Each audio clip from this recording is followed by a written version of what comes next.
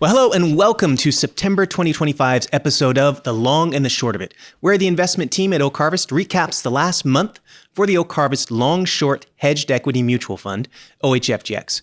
My name is James McFarland, here with Chris Paris and Charles Scavone, as always, and the three of us represent the OHFGX portfolio management team. Now, for additional information on OHFGX, check out oakharvestfunds.com. You can find the link in the description below. Now, before we get into the nitty-gritty for this episode, let's go over the return data for OHFGX as of the end of September, as presented on the Morningstar website. First and foremost, we're happy to say that the NAV, the net asset value for OHFGX and its investors, hit a new all-time high in September.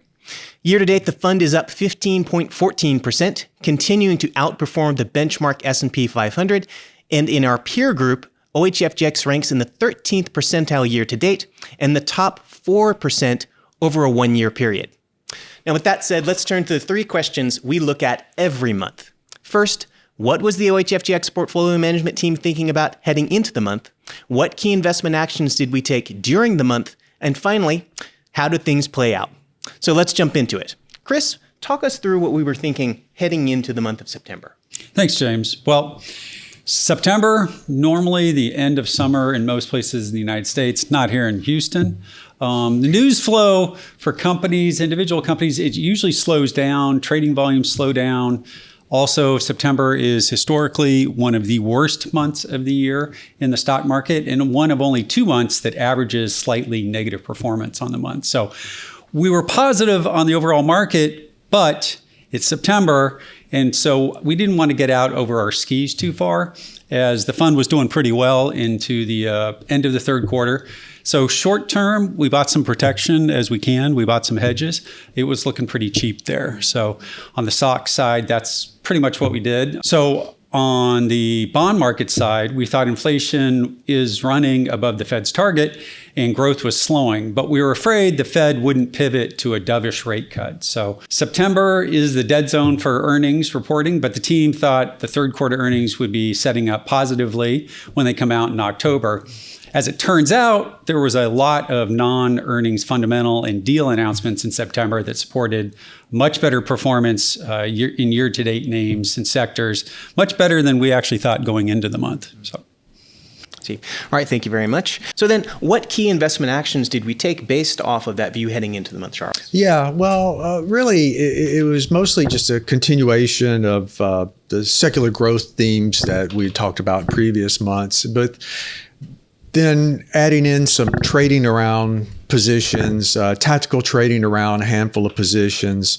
The Broadcom and Oracle earnings during the month really went a long ways towards supporting the thesis behind this AI infrastructure trade that very much present in our fund.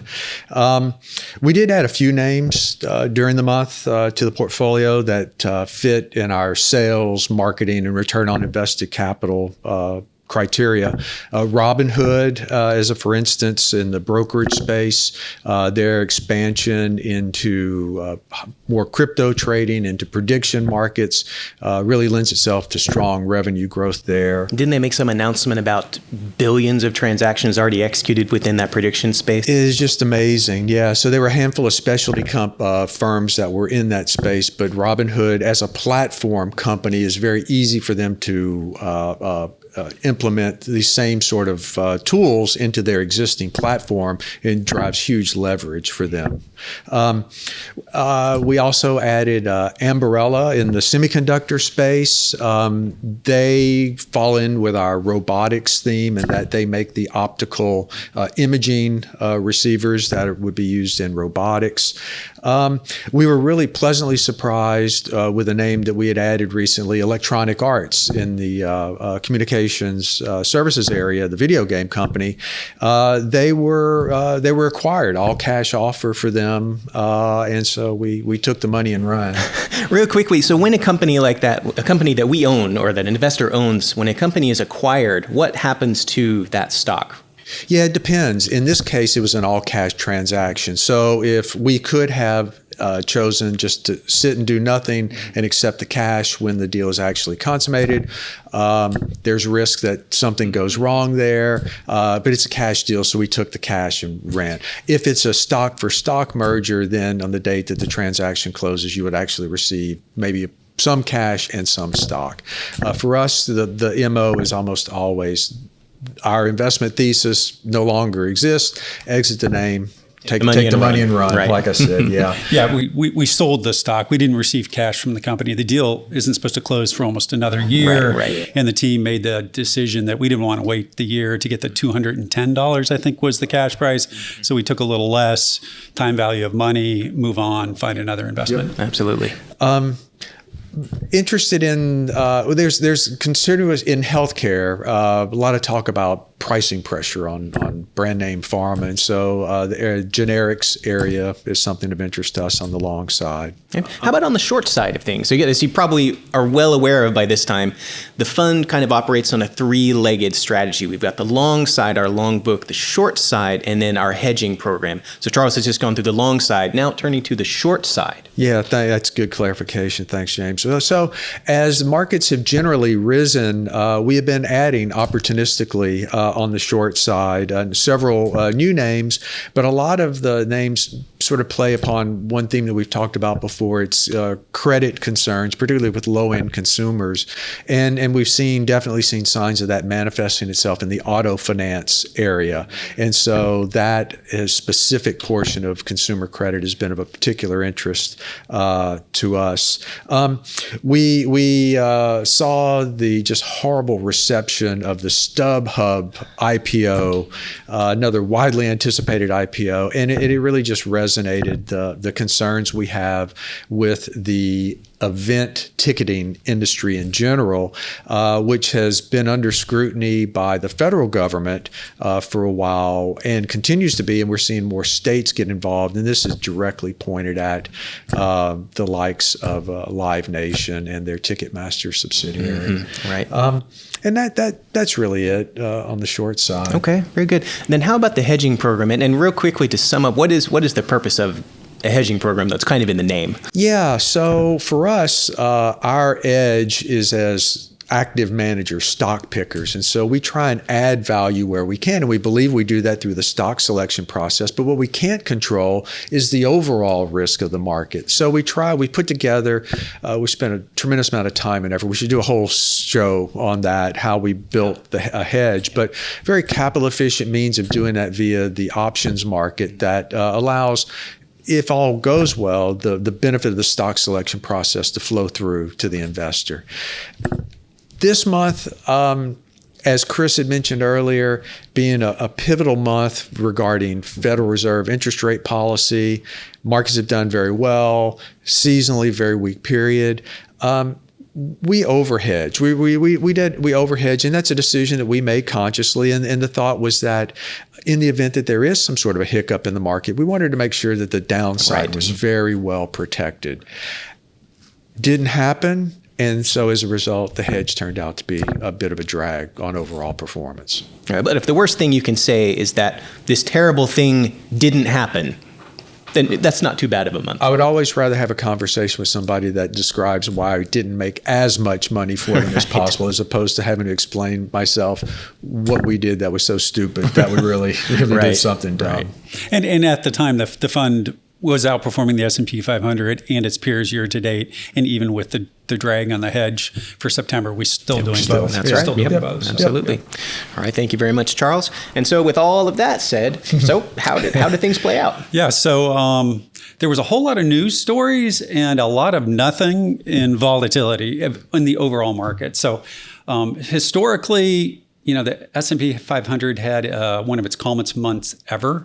It did not have a move up or down more than 1% at all during the month, which I guess hasn't happened in decades. So this calm and realized volatility actually hurt the hedging program that we did.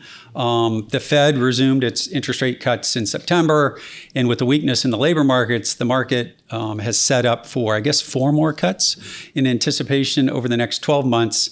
The data overall has kind of been a mixed bag. GDP numbers are better on the back of AI spending, but the labor markets and the low-end consumers weaker. So, things are net. I won't call them Goldilocks, but they're good enough overall in the market. There was some decent news, as Charles said, led by Oracle and Broadcom. But the earnings really probably wasn't the big event. It was more the announcements during those quarters about some huge, massive AI spending by ChatGPT's owner, OpenAI, and what that means for capital investment over the next 1, 3, and 5 years. So those stocks exploded higher during September, which is usually a very sleepy month, usually down actually. So that it helped us on the single stock side because we own a lot of AI beneficiaries, but it did hurt us on the hedging side. A lot of speculative commodity names actually soared during the month, along with gold prices. The market had its best September in 15 years. And I think the second best the last 27 years. The fund was up a little over 3%, did lag the S&P 500 by about 0.5% on the month. But we're doing better than the S&P 500 still year to date. We're a growth stock fund. Growth stocks have been working. They had a very good September. Behind the scenes, if you look beyond the hedging program, our single stock selection, I think, was up over 6.5%. I think that was the number, someplace in there. So it was a great month for stock selection and sector allocation. So, at the heart, this is a growth fund with hedges and shorts. We do own some juicier, as Charles likes to say, emerging growth stocks in the quantum computing. There you go, quantum computing area. We don't own a lot of real asset names. So we do own a gold stock. We do own a material stock or two.